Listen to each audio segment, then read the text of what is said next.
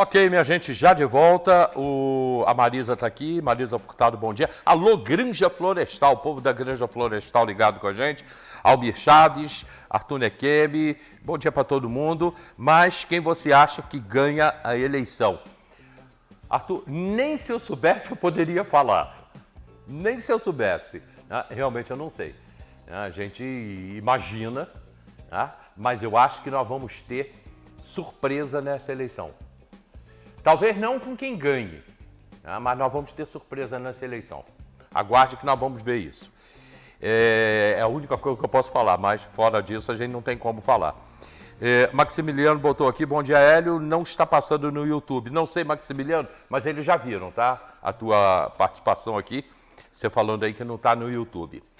Doutor Ricardo, faltam poucos dias. Bom dia, meu amigo. Bom dia, Hélio. Bom dia a todo mundo aí que nos assiste. Pois é, estamos pertinho agora das eleições, né? Muito próximo, né? Muito próximo. Uhum. Mas antes da gente entrar nesse papo, o que você achou do debate? A gente esteve junto lá no Debates, né? Você como membro da OAB. Achei muito bom, né? A estrutura em si montada foi muito boa. A transmissão ficou de uma qualidade muito boa também. Né? Então, parabéns aí para a Diário TV, que fez toda a transmissão, tava a qualidade ali. O doutor Marco Aurélio também soube conduzir bem, soube mediar muito bem ali o debate. Né? E os candidatos puderam mostrar. Alguns resolveram só atacar, né? Outros resolveram ir para propostas e tudo mais, que é o que as pessoas mais precisam saber. A gente precisa saber quem realmente pode, o que ele pode fazer para a cidade, o que realmente pode ser feito, quem realmente tem projeto viável, quem não tem. E isso, o debate, ele pôde mostrar isso para a população. Ainda mais aqui em Teresópolis, que a gente não tem o tempo de televisão, né? O candidato ele não tem aqui o horário eleitoral gratuito e isso dificulta muito ele chegar em qualquer pessoa. Isso, o debate, ele ajudou bastante. Tanto, e as pessoas querendo saber, a ponto da gente saber que ali a gente chegou a ponto de 15 mil pessoas assistindo, né? E durante a semana o pessoal assistindo no YouTube, o pessoal pegando cortes, 15 ouvindo. Mil na hora, mas depois na hora, ultrapassamos 20 mil. Pois é. É um número bastante relevante para a hora, né? Exatamente. Para a hora é um número bem relevante. E assim, quando você pega uma cidade que você vai ter ali pouco menos de 100 mil votos válidos em si, você tem ali um percentual muito grande dessas pessoas que estão preocupadas e que queriam saber em quem votariam. Então, isso com certeza ajudou muito na decisão do eleitor em quem ele vai votar. Esse ano aconteceu um fato. Você está vendo aí imagens aí do debate. O Ricardo falou que teve um discutindo com o outro. Eu acho isso uma bobagem, mas não tem como fugir disso. A nós ali, ó. Não tem como fugir disso. Acontece realmente em qualquer debate, né? Até cadeirada. Pois é. Até cadeirada rola, né? E aí não tem como fugir. Mas eu acho que o debate foi muito bom, esclarecedor, e você ainda tem o debate no YouTube. Ricardo, o IBGE, isso está sendo de uma incoerência, ninguém viu isso ainda. O IBGE, no último censo, nós, há 12 anos atrás, Teresópolis tinha 185 mil habitantes, em números redondos. No último censo do ano passado, caiu para 165 mil. Ou seja, em 10 anos só morreu, não nasceu ninguém. Não nasceu ninguém. Ninguém veio morar aqui, nada Então nós disso. temos hoje, de acordo com o IBGE, 165 mil pessoas. 165 mil habitantes, em números redondos. E eleitores, nós temos 132 mil. Sim. Você fica completamente incompatível, não dá. Não dá, exatamente. Não dá, esse número não vai bater nunca. 165 mil pessoas, habitantes? Habitantes e 132 mil eleitores. 132 mil eleitores? Não bate. Tem alguma coisa errada. Ou é da Justiça Eleitoral, que eu particularmente entendo que é mais difícil, porque Justiça Eleitoral, você tem o título eleitoral, né? Pois é. Ou é do IBGE, que é o mais fácil de ter um erro ali, entendeu? É mais fácil de ter tido esse erro. E aí é aquela questão, como foram feitas as pesquisas, será que chegaram em todas as casas mesmo? Será que as pessoas sabem realmente quantos habitantes tinham nas casas? Para reduzir esse percentual. O que é muito difícil. Eu entendo que já seria um pouco complicado você manter os 185 mil, porque você teve muita gente vindo morar em Teresópolis. Exatamente. Né? Principalmente no período ali do censo, muita gente estava vindo para cá.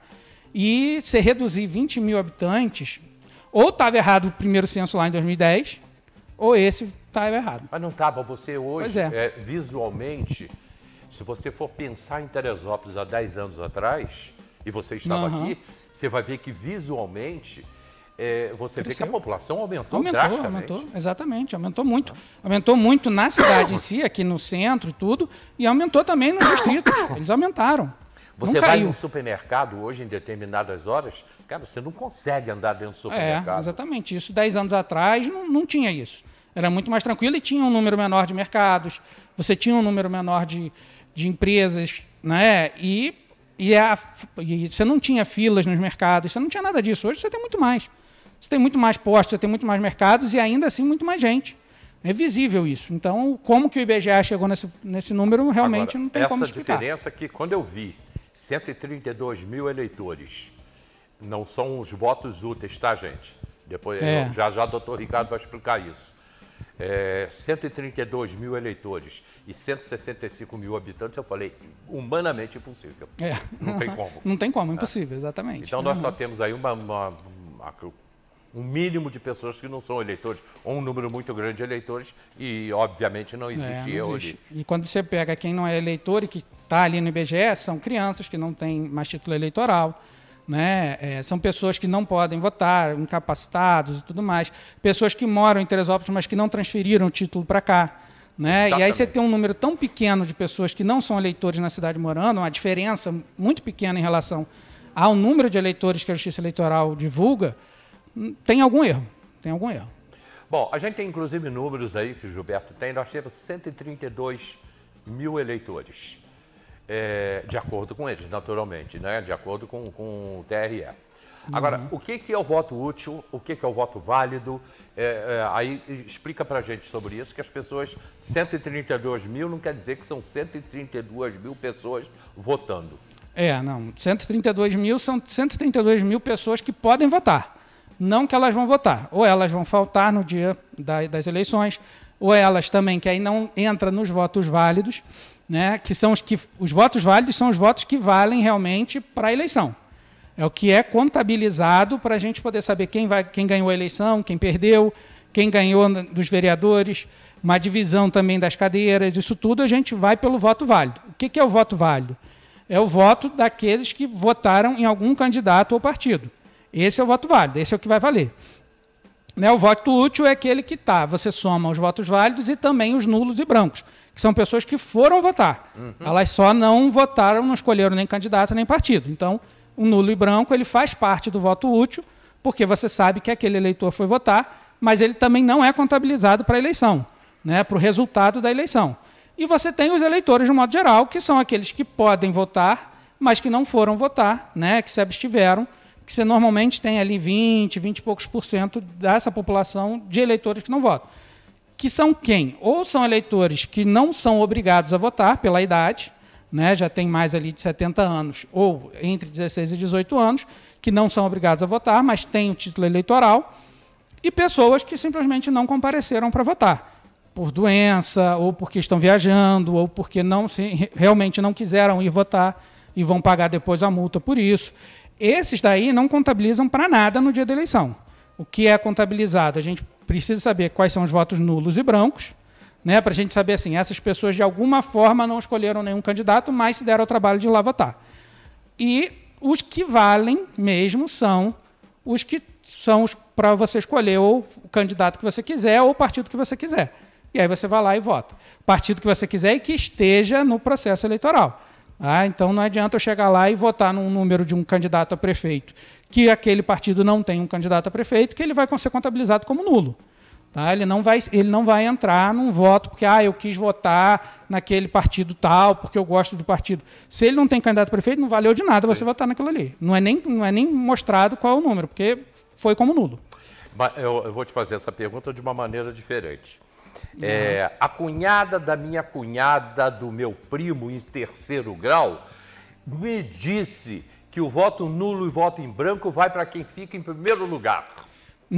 Não vai, de jeito nenhum. Não vale de nada. A cunhada da cunhada, nunca não aparece quem falou. Não vale. E também tem aquela história também que, se mais de 50% da população não comparecer, ou votar em nulo, ou votar em branco, a eleição está anulada. Mentira, não existe isso. O que se conta é voto válido. Se mais de 50% não quis votar, não vai ter uma nova eleição por conta disso. acabou. Não vai ser computado e ponto final. Vai ter ali, o que vai ser computado são os votos válidos. Ali é que você tem que ter, não tem jeito. Acredita, Ricardo, que eu estava há uma semana atrás lá no Comarico, na sauna, e eu vi um cara que aparentemente ele não poderia falar uma bobagem dessa. Mas o cara falou isso. Falou, não, gente, ó, eu não vou votar, não quero votar em ninguém. E digo para todo mundo, não vai votar. Porque 50% da população, se não aparecer, a eleição está anulada. Falam isso, mas não existe. Cara, o cara falou isso dentro da sauna. E não era um cara assim que você olha e fala, pô, um cara dele não podia estar falando isso.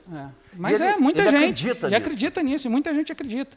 E quando a gente fala que não é isso, nada disso, aí eles pensam que a gente está mentindo, mas não é, a lei não é bem clara em relação a isso. Está aqui, ó, inclusive o Gilberto botou para a gente aí, valeu Gilberto, votos em branco ou nulos não são transferidos para o vencedor, nem cancelam eleição. Isso é do TSE. As explicações que o TSE traz para a gente. Exatamente, é isso aí. Não cancelam. Não valem de nada para o resultado. Essa é a verdade. Mas tem muita gente que acaba votando achando nesse sentido. Ou achando, eu vou fazer isso como um repúdio e tudo mais. Não existe, isso não existe de maneira nenhuma. Então você vai prestando atenção no que a gente está falando aqui, gente, que é extremamente importante. As explicações que a gente está dando aqui, que a gente está falando, que as pessoas continuam ainda muito mal informadas. Eu hoje falei sobre pesquisas, para você não compartilhar pesquisas e não olhe o que está no Facebook, que está na rede social no geral. A gente volta a falar isso, volta nesse assunto depois do comercial.